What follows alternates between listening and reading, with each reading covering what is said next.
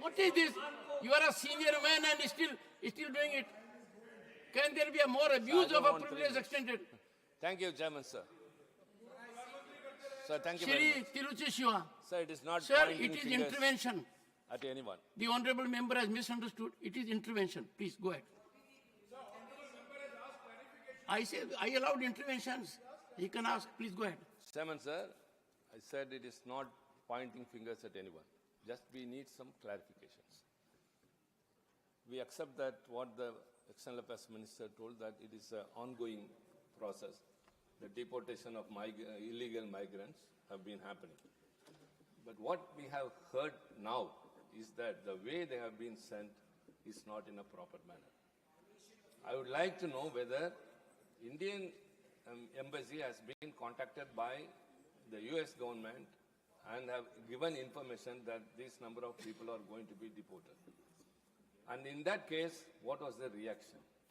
And what we hear through media is that these people were handcuffed, they were ill-treated, stranded for more than 14 hours, and it is totally inhuman that nobody will admit, whether the government or us or any human.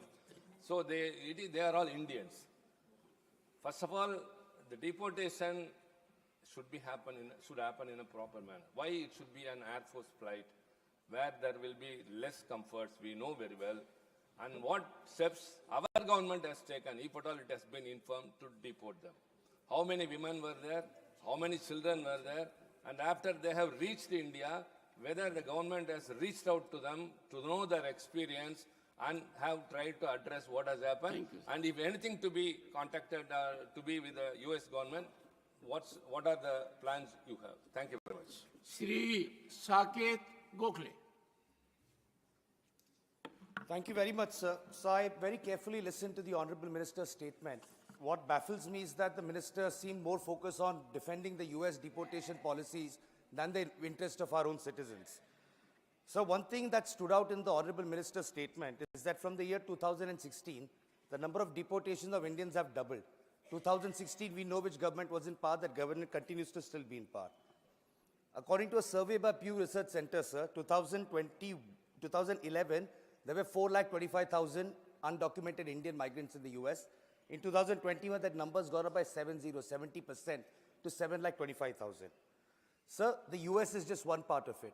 Prime Minister Modi personally requested the Russian President, Mr. Putin, but there are still Indians who are being forced to serve in the Russian army. They're dying on the borders of Ukraine. They've still not been repatriated to India despite PM Modi's request. I have some very, very pointed questions, so I'm going to keep it short.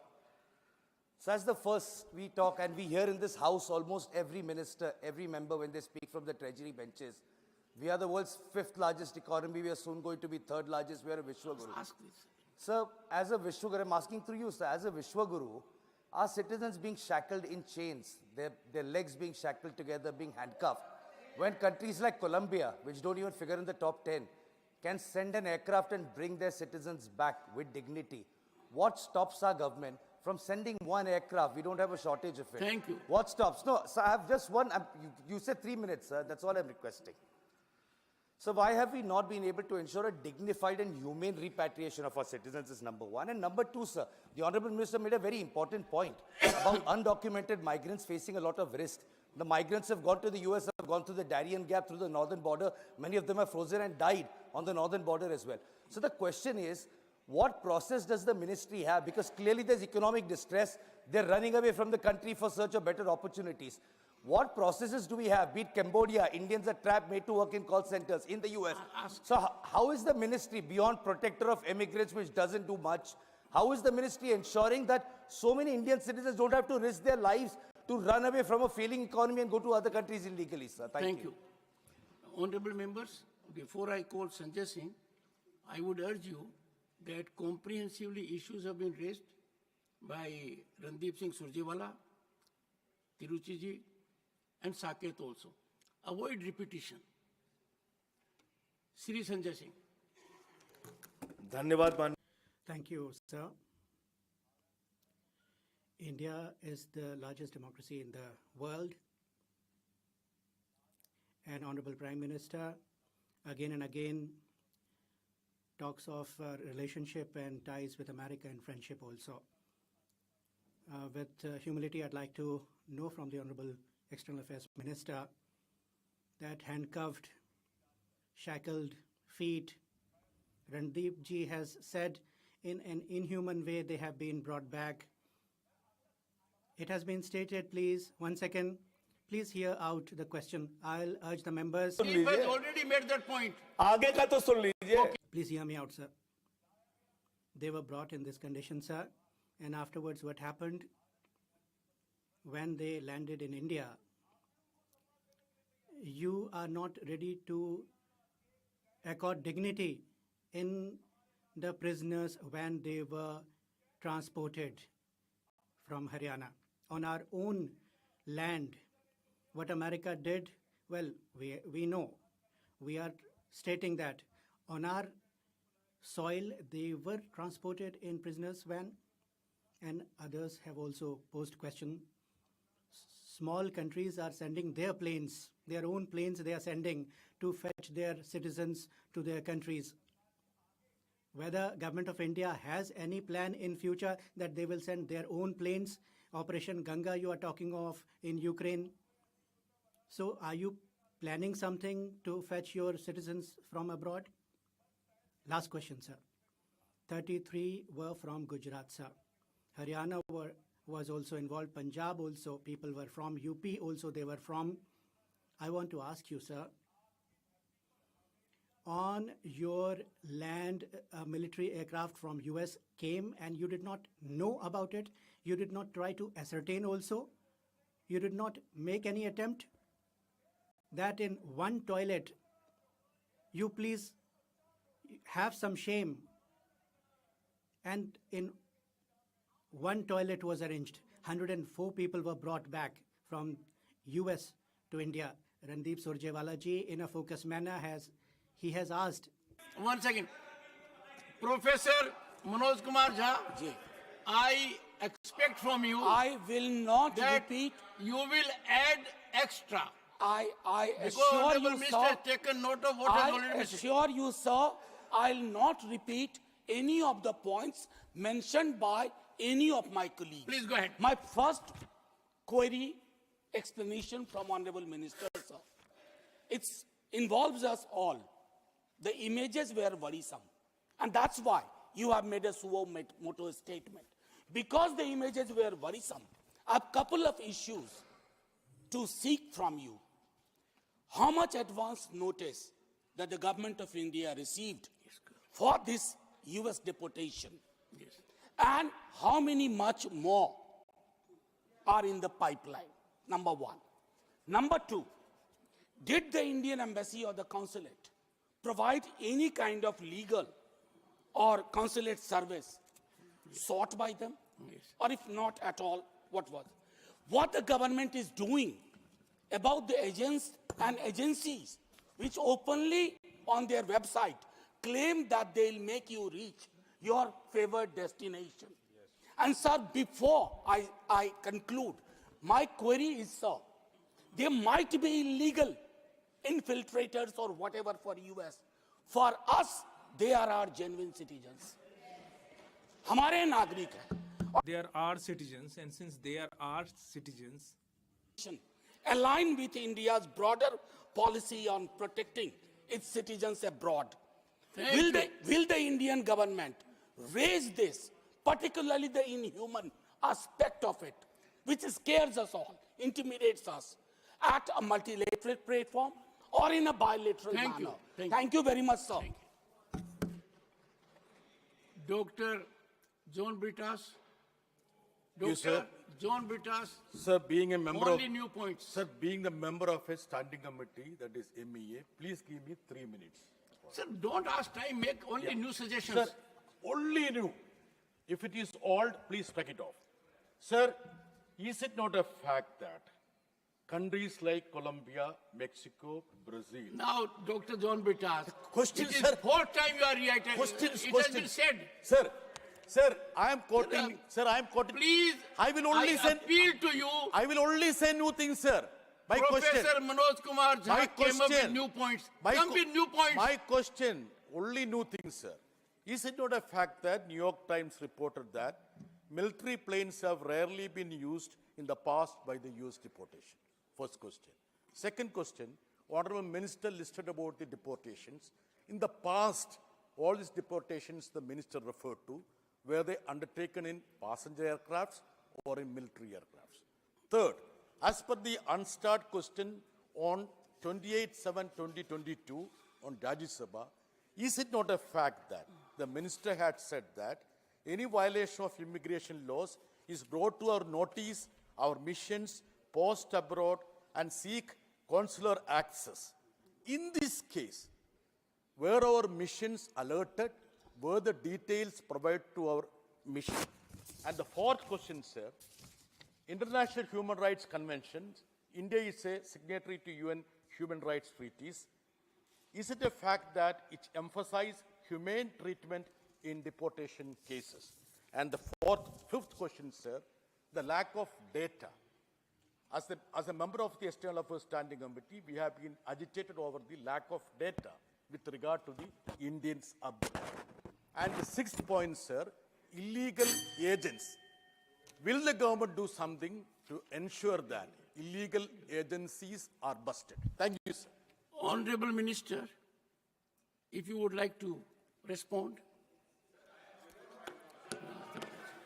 Sir, Honorable members, please bear with me. No. All right, Honorable Minister. All right. One second. Professor Ram Gopal Yadav, unfortunately there was no input from your side, and therefore I thought, sir, no, that has been covered. Professor sir. माननीय Sir, I would like to know from the Honorable Minister.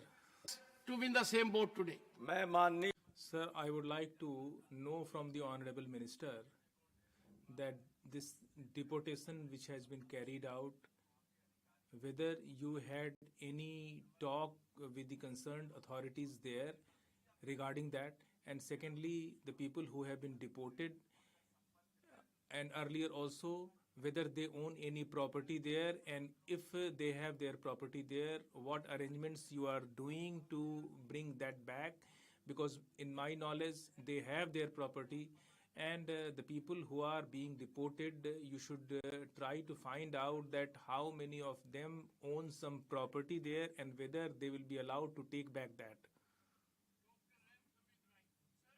1 minute. Only one point I am raising, sir. As all our members raised, I am also concerned how they treated. Sir, one point, make the point. Sending our Indian people. First point, sir, I want to raise whether, sir, Trump has come over the president of India now. Our Indian origin, Lady Kamala Harris, fought against her. She lost. I am fearing she is also Indian, also a special Tamil origin lady. I have so many Tamil people and Indian people are residing in America. Whether any revenge is going to take place in the way to treat our Indian people. Thank you. Whether she will. No, this is a serious matter. You have raised the point. Because our candidate Harris You has have raised the point. contested You have Trump raised is a good lost. point. Okay. Therefore, I want to know whether such kind of Shri further Santosh Kumar, please. will come. Shri Santosh Kumar. I have two clarifications to seek.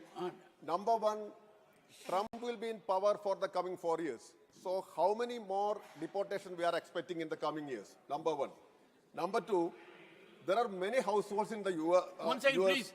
There are many households in US where family members have different legal status. Some of them may be legal, some of them may be undocumented or migrants like that.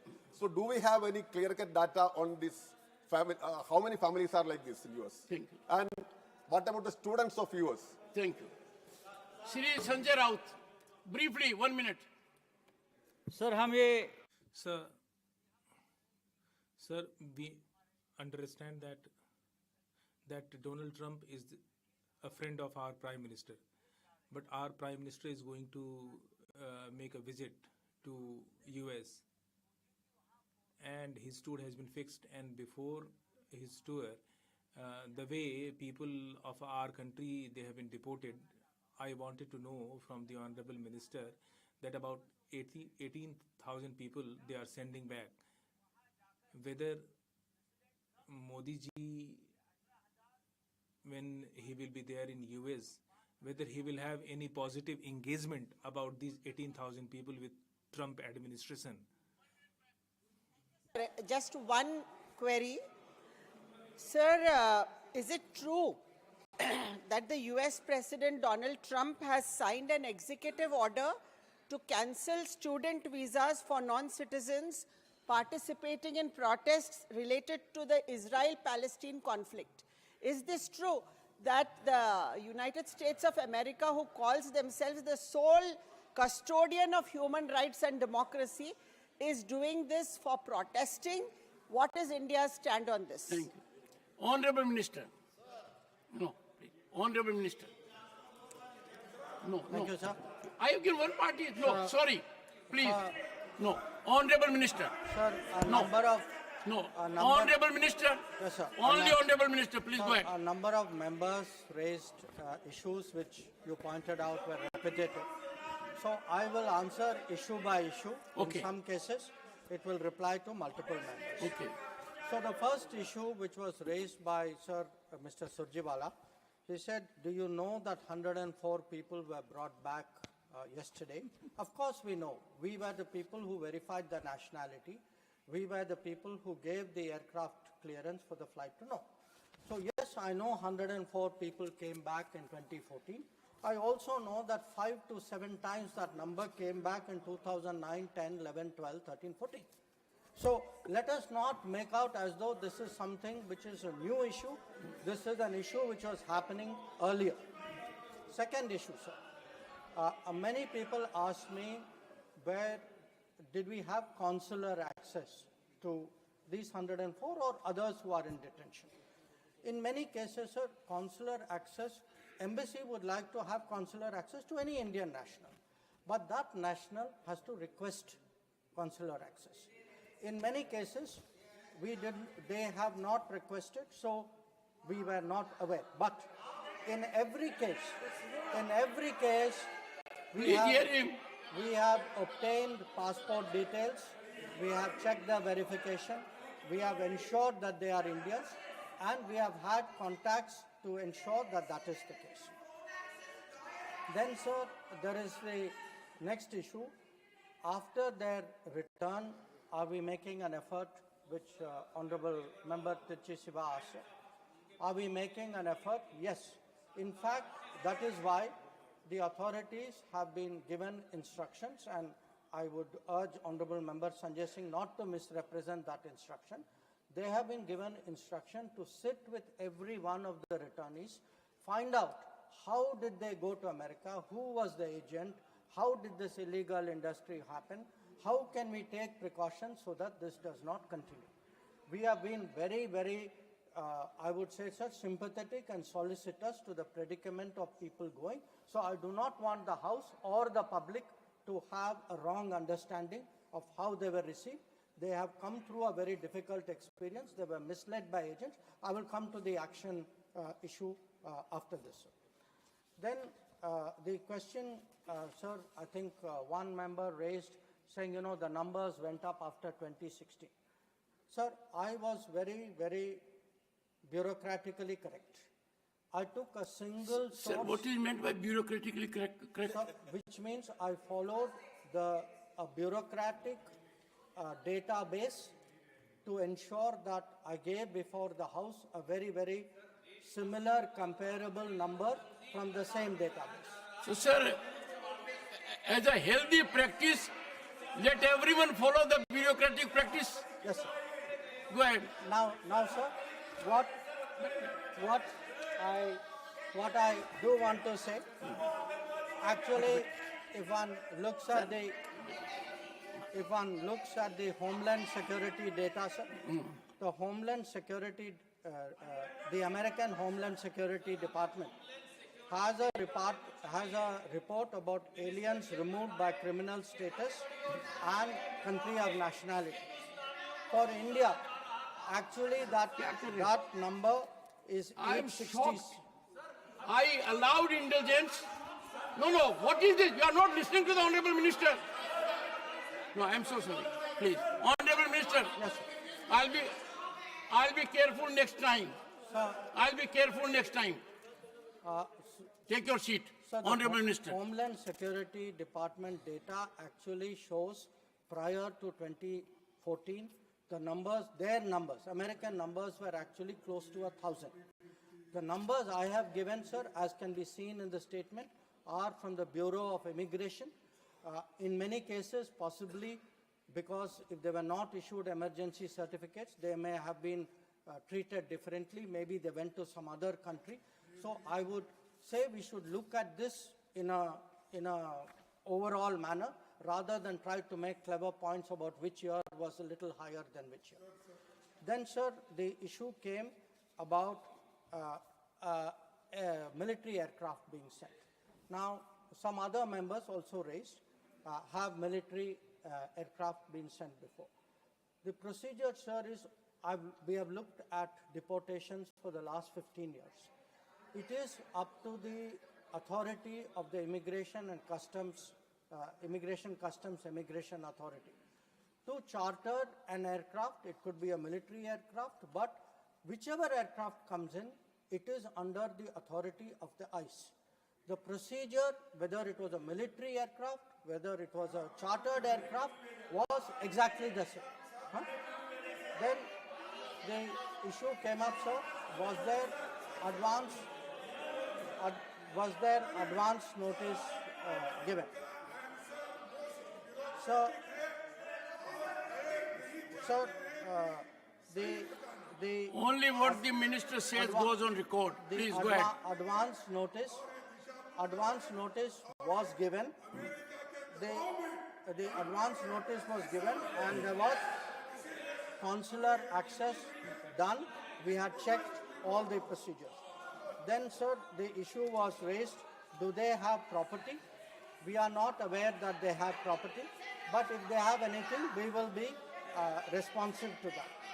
We do not, sir, have data on illegal immigrants, and the issue about student visas being cancelled does not apply to immigrants. Thank you, sir.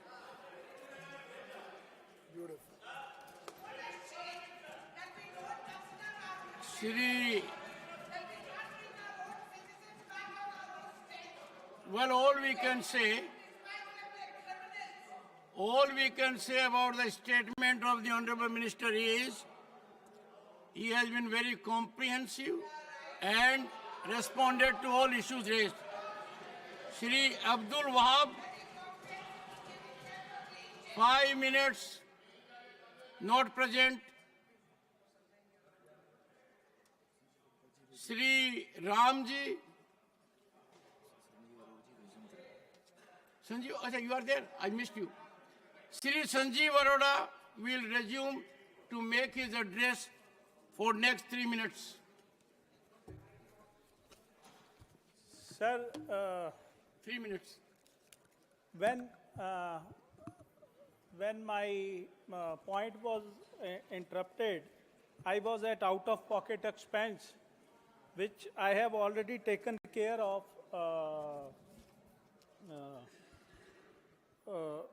and I have mentioned quite a bit that we are on a higher side as far as out-of-pocket expenses are concerned in our country. Now, sir, coming next on AIMS, there have been 23 new AIMS hospitals, but there is a shortage of faculty of 40%, almost 40% in these AIMS, and also non-faculty positions are around 30% less in AIMS.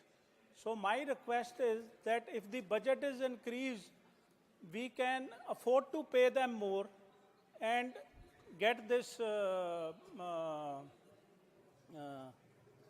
get more professors, faculty and non-faculty positions for our hospitals. Sir, now coming to regulations on private hospitals. Sir, private hospitals charge arbitrarily across states for one reason, that there is no control over the charges being charged by them. Consumables and diagnostic tests overpriced due to lack of price standardization. Also, it is observed that even after setting ceiling prices in some cases, like stunts, knee replacements, the hospital charges are increased. So it comes to same. I'll give you an example, sir. I have bills. One is from a corporate hospital and one is from open market. From the open market, the same thing is available for 64 rupees, whereas the same is available in institutional hospital for more than 300 rupees. Because, sir, once you are admitted, you are a IPD patient. Now they may charge anything. There is no one to control. अब आप ये तो कह नहीं सकते कि मैं gloves. And you cannot say that I will bring gloves from outside. You cannot say that I'll go outside for investigation. So the hospital will do that. And but there must be some control and Some control regarding this.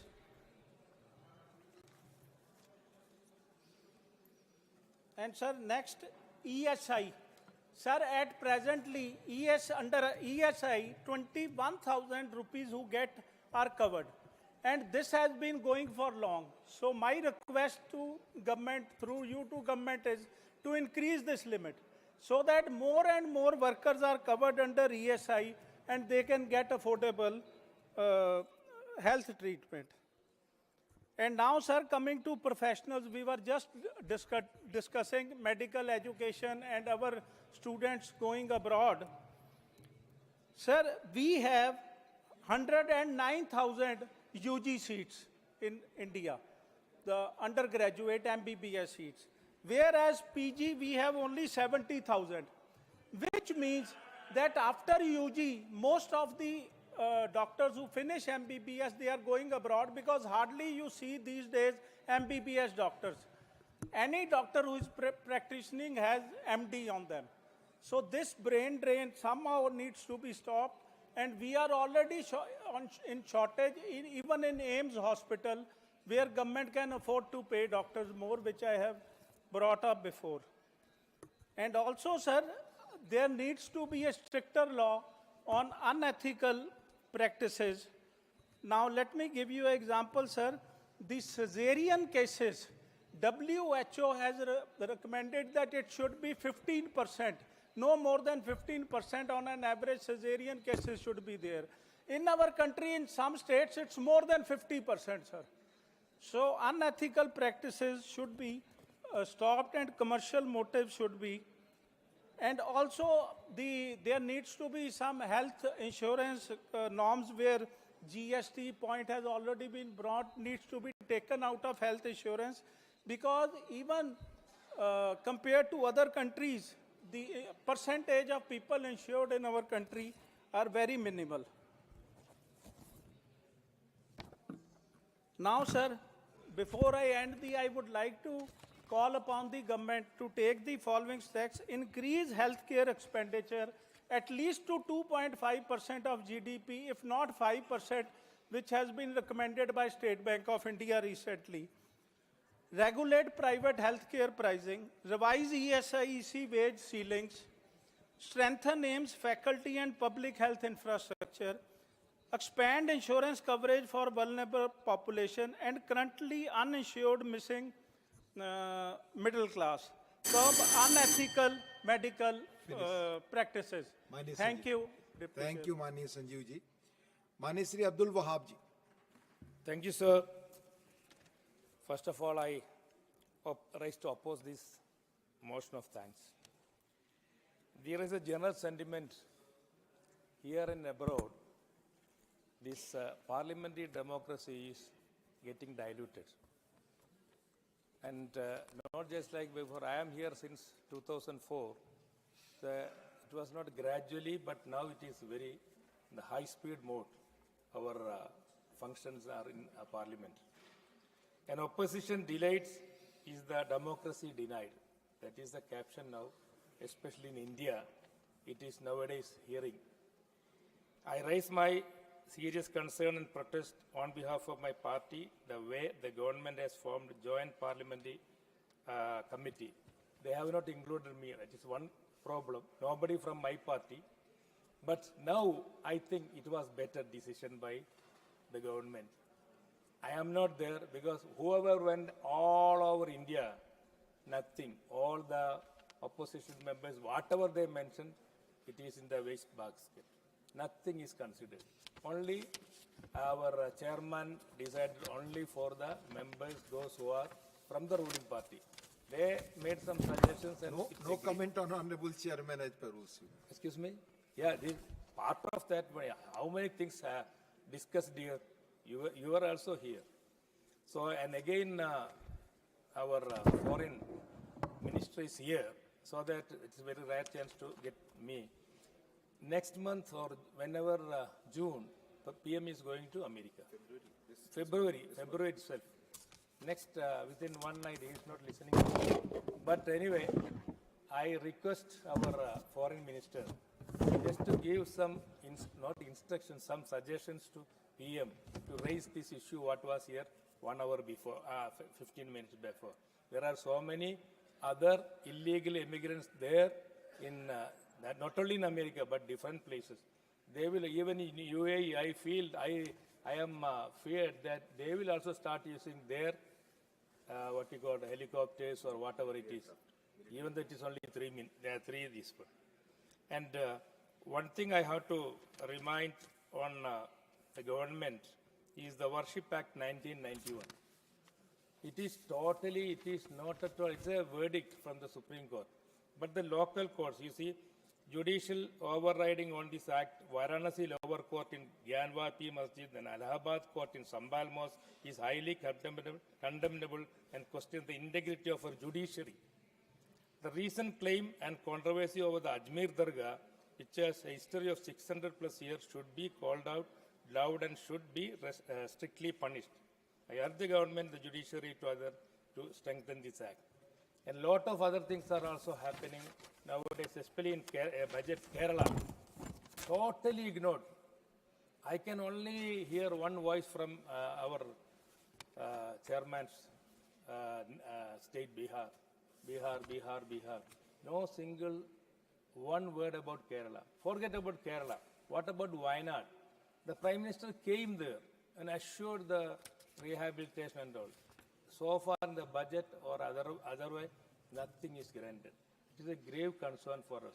Our government, Kerala government, they are also suppressing the Keralites, and you also start suppressing the government. What we will do? They are not giving enough facilities. They are taken money from wherever, and the money what they got in exchequer is not spending. They are finding so many excuses. 700 crore project is there, but state government also, central government also, they are not coming to the Wayanad issue. Maybe because if it is Wayanad is Priyanka Gandhi's constituency, I don't know. This is happening in Kerala and in center. I urge the government, not looking to the Kerala government, please allow some more money for the rehabilitation of the Wayanad or whatever we call that land collapse. Thank you very much, sir. And I wish that this time you are not interfering in my speech. Thank you very much. I never interfere. I only remind after No. completing your time. You will start Please. from 4 minutes. Please. No. Okay. Never. No, okay, thank you. माननीय श्री बाबूराम निषाद, माननीय बाबू not present, माननीय श्री अमरपाल मौर्य, माननीय अमरपाल मौर्य। धन्यवाद। Thank you, Honorable Deputy Chairman, sir. Thank you for giving me the opportunity to speak on the address of the Honorable President. I am grateful to you for the same. Sir, the Honorable President, in her address, had talked about people who are standing at the last in this country, and she said that the development is meaningful only when the last person in the row gets benefited by the government schemes. And the same sentiment was expressed by Pandit Deen Dayal Upadhyay ji in the concept of Antyodaya, and our government, Honorable Prime Minister's government, is fully resolved to implement it. When a person belonging to a poor family gets the opportunity to live in a dignified manner, they get a feeling of pride and self respect. And the Honorable Prime Minister Narendra Modi ji took a resolve in 2014 when he became the Prime Minister, and he started working on the schemes for the welfare of the poor people, and the Honorable President has highlighted the same in her address. I am a son of a poor farmer, and I have seen poverty from close quarters. I have not only seen it, but I have lived it. And when people belonging to the political field started implementing the welfare schemes for the poor people, they were ridiculed. Sir, when there was roof over the house of only one person's house, and when it would rain, a person would be barely able to save himself from the rains. We have seen such situation, and Honorable Modi ji has given such people pakka houses, and he was ridiculed. The poor people were ridiculed, and when these poor people got houses, they were not happy. When they got toilets, they were not happy.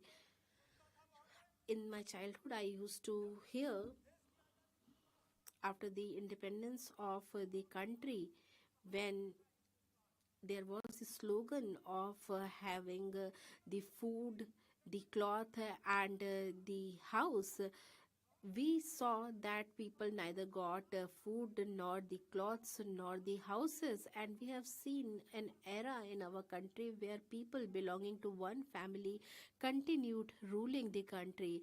Whether such people had the right of sitting inside the parliament, and who gave them the right to ridicule the poor people of the country.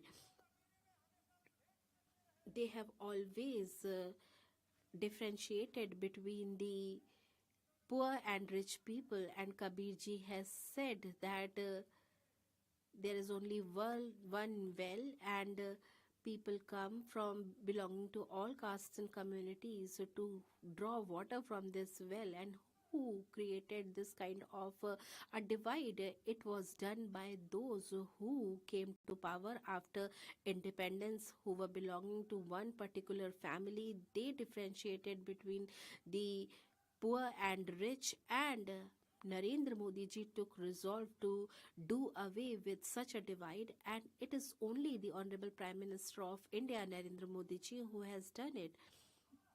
Ambedkar ji had said, while giving us the constitution on 26 November 1949, he said, I feel that any constitution, be it as great as it may be, if people who are implementing it, it cannot fructify. And the people who are implementing it should be good, they should have good intentions. And after the independence of the country, these people are taking the copies of the constitution across the country, but they are disrespecting the dignity of the constitution. The opposition parties have done it. Our Prime Minister Modi ji, our opposition party members were criticizing our culture, our tradition, and they said that whether the saints of the country will decide how the country will run. I would like to say that these people do not believe in the culture and heritage of the country. They are only there to malign the image of our country. धन्यवाद माननीय Thank you, sir, for giving me the opportunity to speak on the address given by the Honorable Prime President, and I would like to also thank our party leader, respected Mayawati ji. In the preamble of the Constitution, Baba Sahab talked about justice, equality, brotherhood, and on 26th November 1949, in a speech given in the Constituent Assembly, he said, Contradiction. In the politics, we will have the equality, and in social and economic life, we will have the inequality. In politics, we will be recognizing the principle of one man, one vote, and one value. In our social and economic life, we shall be reason of our social and economic structure continue to deny the principle of one man, one value.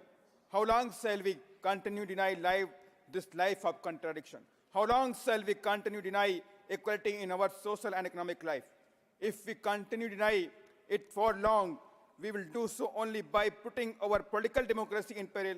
We must remove this contradiction at the earliest possible moment. इसके बावजूद भी even after that, sir, we had so many governments in the country, but the ST, SC, OBCs could not get full justice on economic and social backgrounds. And today, because of the rights that have been ensured by the Constituent Assembly, the people are a little powerful, but they are trying to do away with those rights also. And the Constituent gave them the right to have reservation in education and jobs, but in the government jobs, people are being hired on contractual basis, and no reservation is being followed in that. If the people of the country will not be able to get jobs, the country will not be able to progress, and we'll see that the same thing will happen as the illegal migrants are being sent back to country by America. And the earlier governments were not serious. No, neither this government is serious. 30% of the population of the country is living below the poverty line, and as per a government report, 14 lakh children are out of school in the country, and 7,84,000 such children belong to Uttar Pradesh, and many of the children are dropping out from the school, and they are not able to carry on with their studies, and the education of such poor people has not been made completely free. And Uttar Pradesh was the first state in the country where the education for poor children became completely free, and SC, ST, OBCs are not having the favor, and the government is not having strong willpower for their welfare, and they are being raped, they are being killed, and we can see such atrocities happening one or the other part of the country, and people do not even get justice. And there are powerful people, they have interference with the police, and they can pressurize the police to get the report in their favor. And if a person raises their voice against the atrocity, they are tried to make silent. And Anjara Herver, who faced sexual harassment, she raised her voice against it, and in 9 months 3 of her family members were killed, and at last this girl also had to lose her lives while struggling. And sir, I would like to say that such incidents are really a stigma for our country, and Baba Sahib's statue is being demolished in some parts of the country, and people are disrespecting it. I would like to make clear to such people that those who believe in Baba Sahib will ensure that nothing harmful happens to the constitution of the country and also to his statues. And we worship our constitution, and it is our sacred book. With these words, I would like to conclude my remarks. Thank you. Sri Lahar Singh Siroya.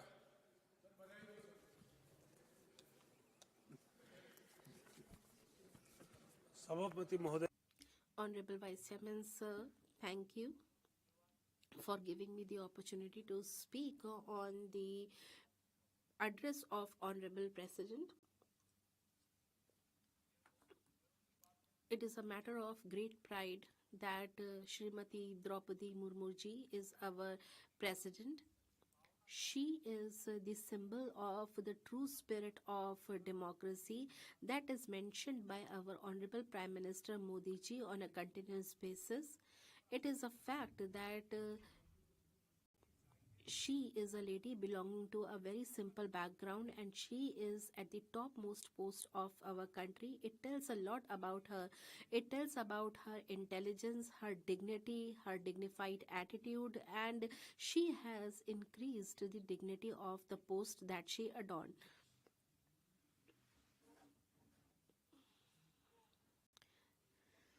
Some people who belong to the elite background who are there only to tamper with our democracy, they might say anything about our honorable president. They might be disrespecting her. They might be creating new idioms and phrases to disrespect her. I would like to say that her life is an example for the entire country and it gives a hope to all the people of the country. Honorable President has talked about implementing the one nation, one election in her address, and she has told as to what progress is being made in this direction, and this is a great step that has been taken by the NDA government. I welcome it. It will not only save the time and the precious resources of the country, but it will also ensure continuous development and we'll be able to focus more on it. I would like to add one thing to this noble thought, as Rajiv Shukla ji was also expressing his concerns. I would like to add to it.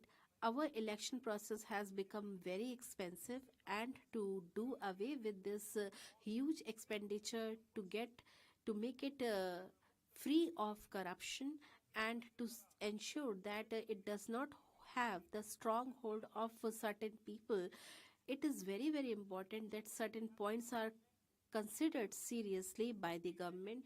This is not something new. We have discussed it earlier also, and this is something that was not rejected ever before.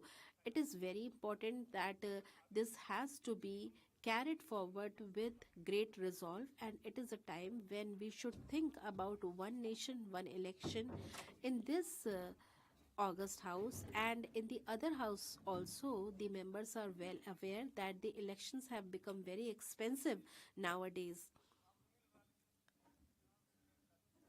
I have not fought an election, but I have been associated with election process, so we know how the money is coming in the election process and how is it being spent. This is something that everybody knows, but not everybody wants to acknowledge that. You will see that even in panchayat elections, in municipal corporation elections, lakhs of crores of rupees are spent, and in one MLA constituency, candidates have spent hundreds of crores of rupees.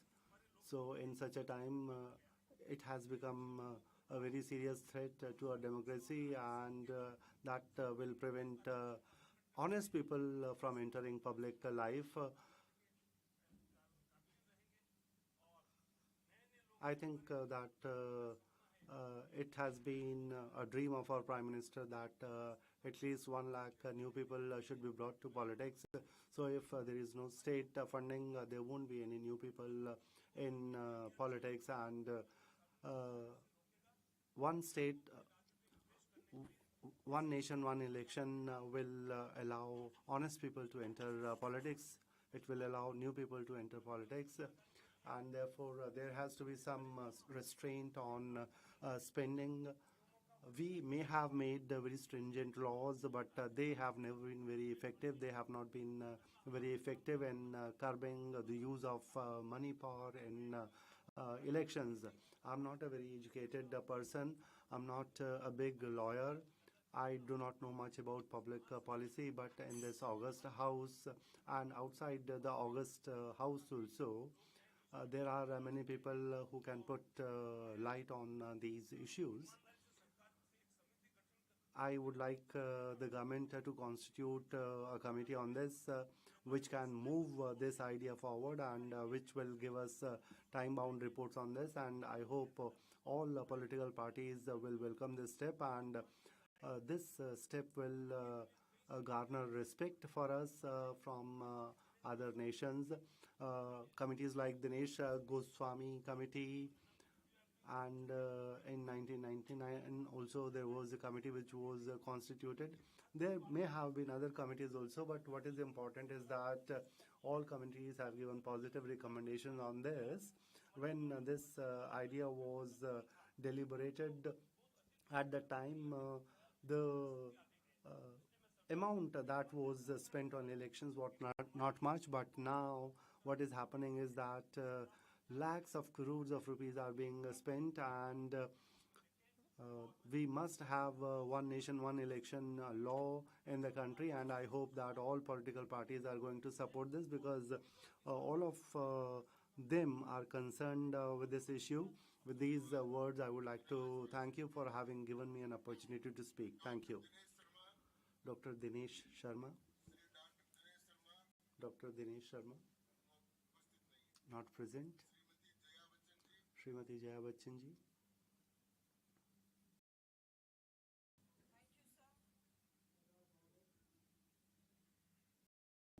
राष्ट्रपति जी के I would like to thank you for having given me an opportunity to participate in the discussion on motion of thanks to the President's address. First of all, the people who went to Mahakumbh and were not able to return, I would like to pay my tribute to them.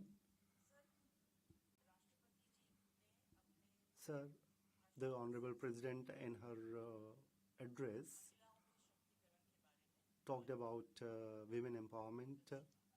That is a very good thing.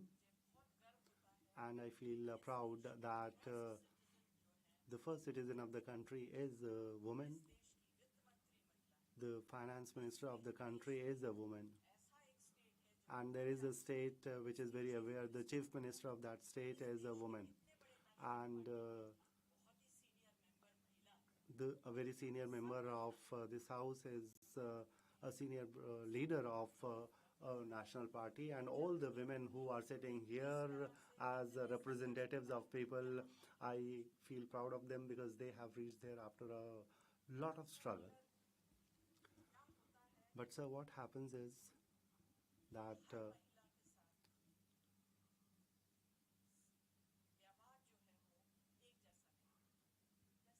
the kind of behavior that is done with all women is not the same.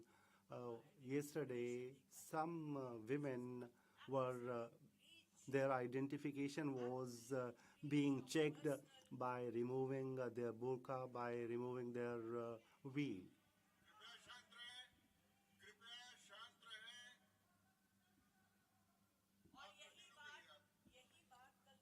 And this is what happened in Delhi yesterday.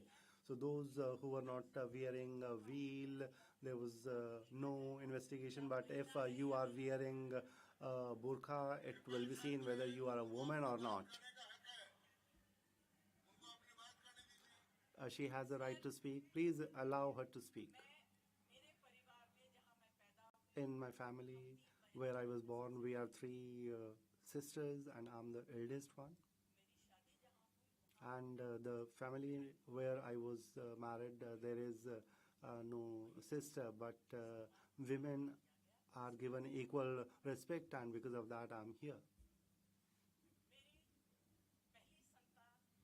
My first child is a daughter. My first grandchild is a girl. And therefore, I can understand, I feel it very good that the women who can take care, they are coming. all the women who are sitting here as MPs, on behalf of all of them, I would like to say a few things if you agree to that. I'm not saying anything against you. I'm saying this because I treat you as myself. Some days back there was a comment, you may be. It's not me. We are. इस तरह की tip Such a comment, such a remark, making a comment on a woman is completely wrong.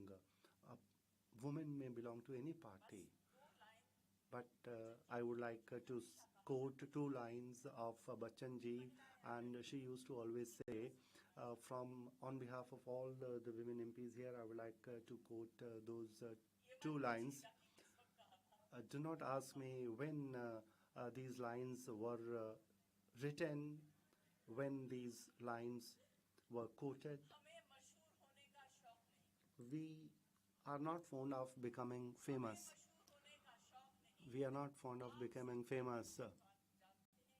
All you men know us, that is enough for us. Thank you.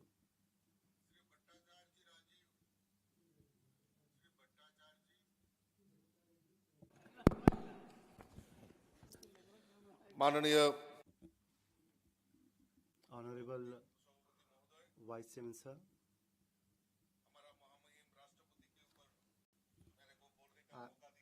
You have allowed me to speak on the motion of thanks on the President's address. I would like to express my gratitude to you for that.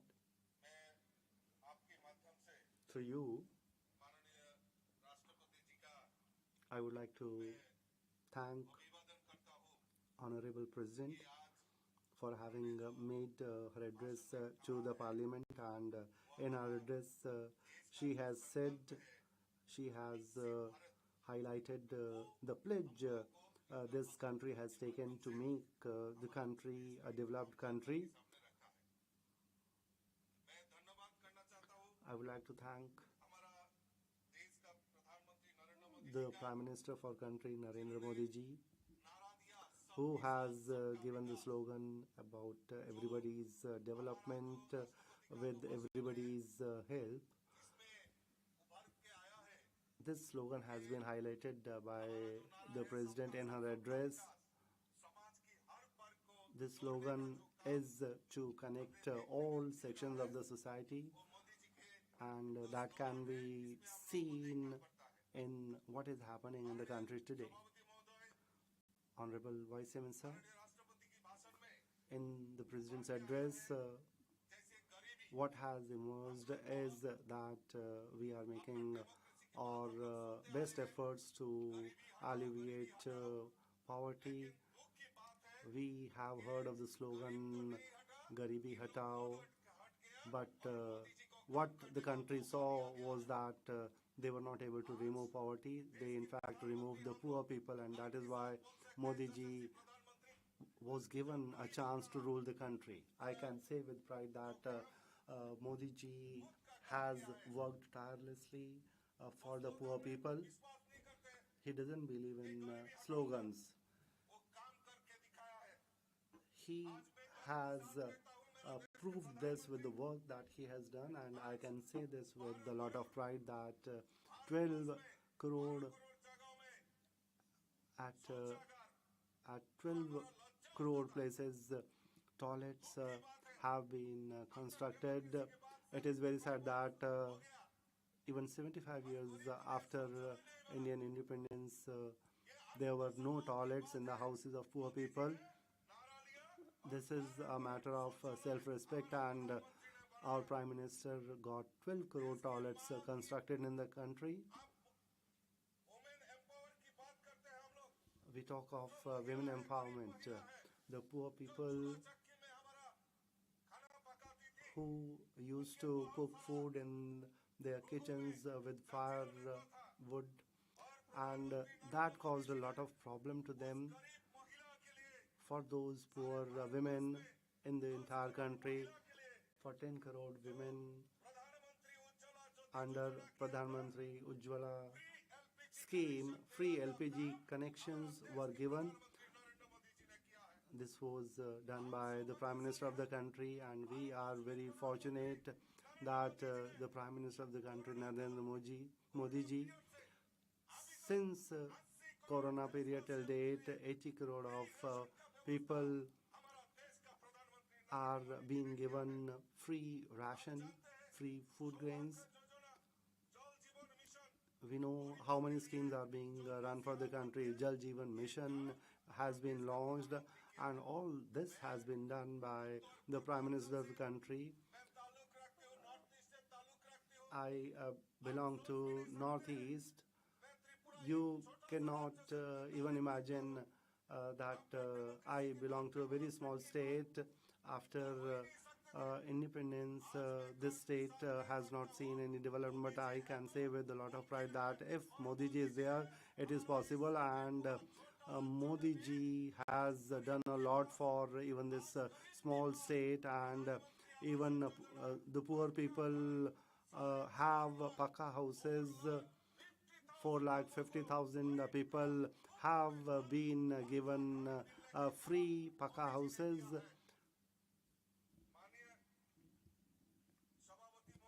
Honorable Vice Chancellor,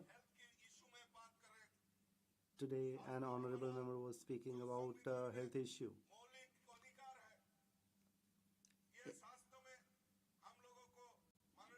In healthcare, the Honorable Prime Minister has given a lot. Under Ayushman, 1,75,000 Ayushman Arogya Mandir have been established, and the elderly people in the country, the poor people in the country, they can have Ayushman cards, and through them they can have a health insurance of 5 lakh rupees, and they can get free treatment. And I would like to thank Honorable Prime Minister for that. And there is another very serious problem in the country, and that is TB.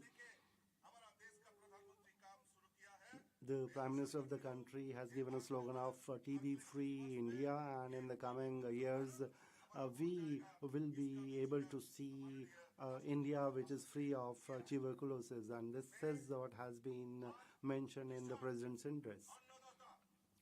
Let me now talk about farmers. I see that at some places farmers are made fun of, but in the leadership of our Prime Minister, a lot of work has been done for farmers.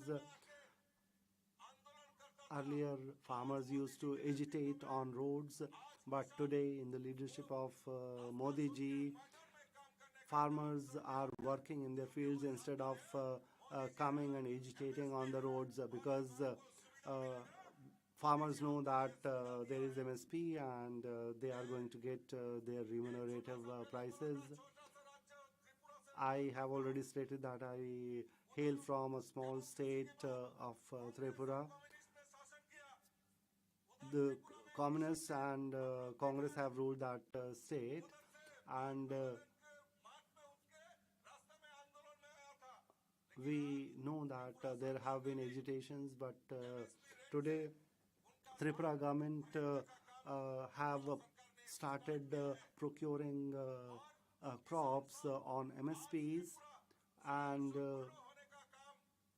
Tripura is completely peaceful today, and it has shown the rest of the country how farming is done. Today, Kisan credit cards are being distributed. It is a maiden speech. Please listen to him. In the Kharif season, Modi ji has done a lot of development work in Tripura and in other states, and whatever farmers have to be given, Modi ji has done that.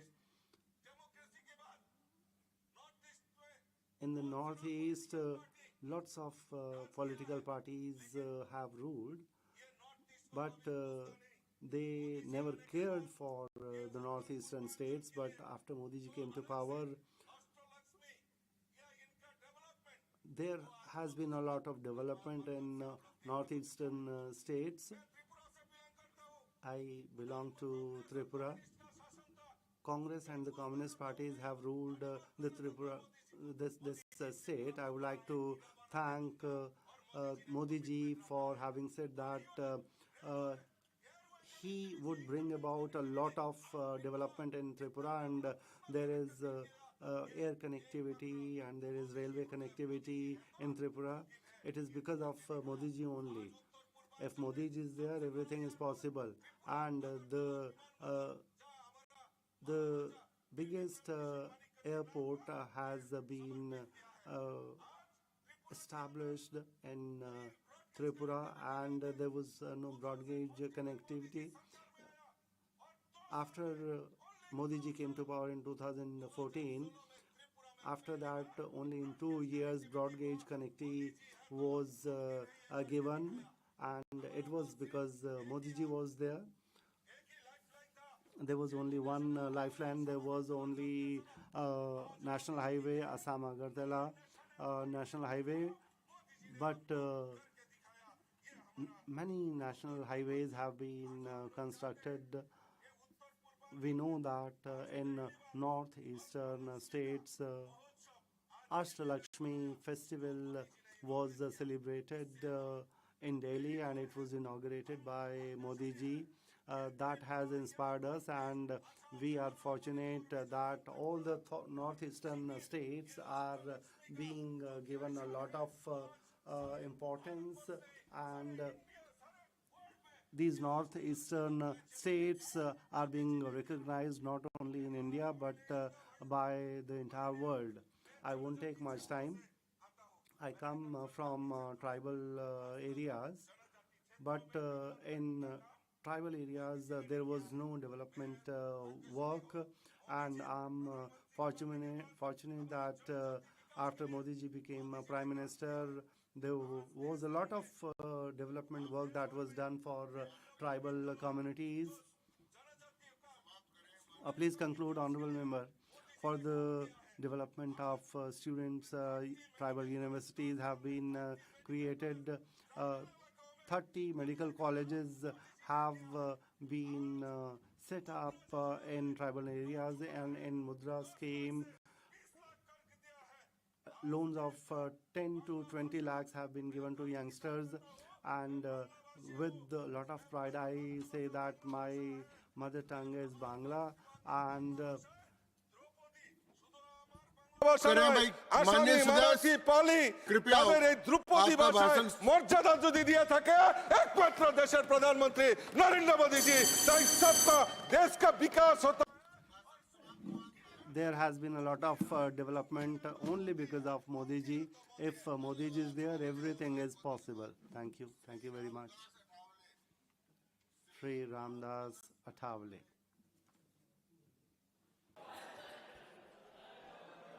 सभापति महोदय, Honorable Vice Chairman, sir. We are discussing Honorable President Madam's joint address. And sir, here we are in this upper house of Parliament.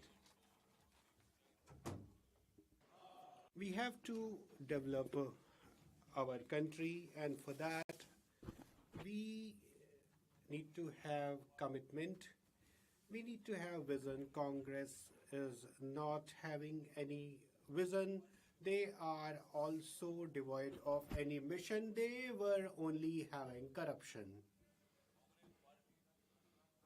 Sir, Congress was always complicit in corruption in the name of poverty alleviation. They have eradicated poor as well. And so we in the leadership of Modi ji have brought out 25 crore of people out of BPL. So they have also done rumor mongering that the constitution will be changed, and Congress party is very adept in such rumor mongering, sir, because we know that in this country, constitution cannot be changed, and Honorable Modi ji has vowed before constitution, and he always respects, always keeps Baba Sahib Ambedkar in highest honor, and he has done everything in that regard. Sir, I have worked with everybody. I have worked with them as well, but they never made me minister, and that's what was causing me meet ministers every now and then. And so we have every institution here, we have everything here. And in Mumbai, sir, 3,600 crore worth NTC land was given, and for the memorial of Baba Sahib Ambedkar, this land has been provided at the cost of 3,200, and works worth of 1,200, 1,300 are being effected there, are being implemented there. So, sir, because Modi ji has now become Prime Minister, and these people were doubting that, I, even at that point of time, was knowing that he will become Prime Minister of this country. And because they have all colluded for removal of Modi ji from the government, from the post of Prime Minister. But see what is the fate of their coordination, what is the fate of their coalition now. AAP is and Congress, they are working against each other. And if people come together, sir, if people are in unity, then sir, we are happy. We have having no qualms with that.